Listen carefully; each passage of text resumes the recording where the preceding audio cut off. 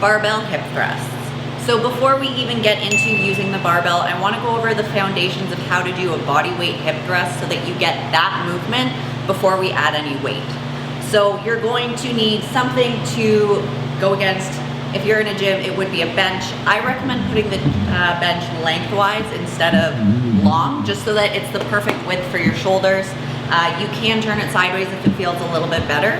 But to set up here, I like to come down and find where the bottom of my shoulder blades are and line that up with the crease of the bench. So I put the bottom of my shoulder blades on the edge here.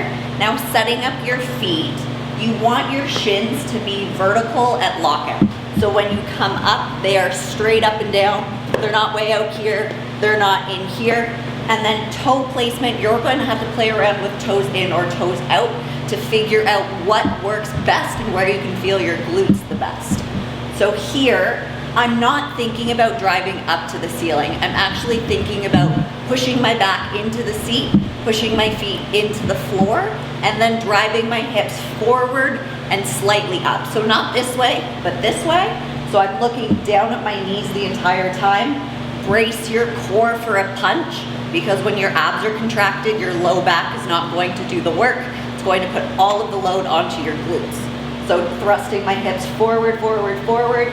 Big squeeze at the top. This is the maximum contraction. You're not trying to go as high as possible. That's going to use your low back. You're focusing on contracting your glutes, sending your hips forward, and then back down, always looking at your knees. Now to add an extra level, you want to do external rotation on the thrust. So your thigh bones are this way, and as you come up, you're trying to turn them outwards and then return them back to neutral on the lower. So it's forward, externally rotate the thigh bones, come back together. So once you have that form down, you are good to roll your bar onto your hips, get nice and comfy.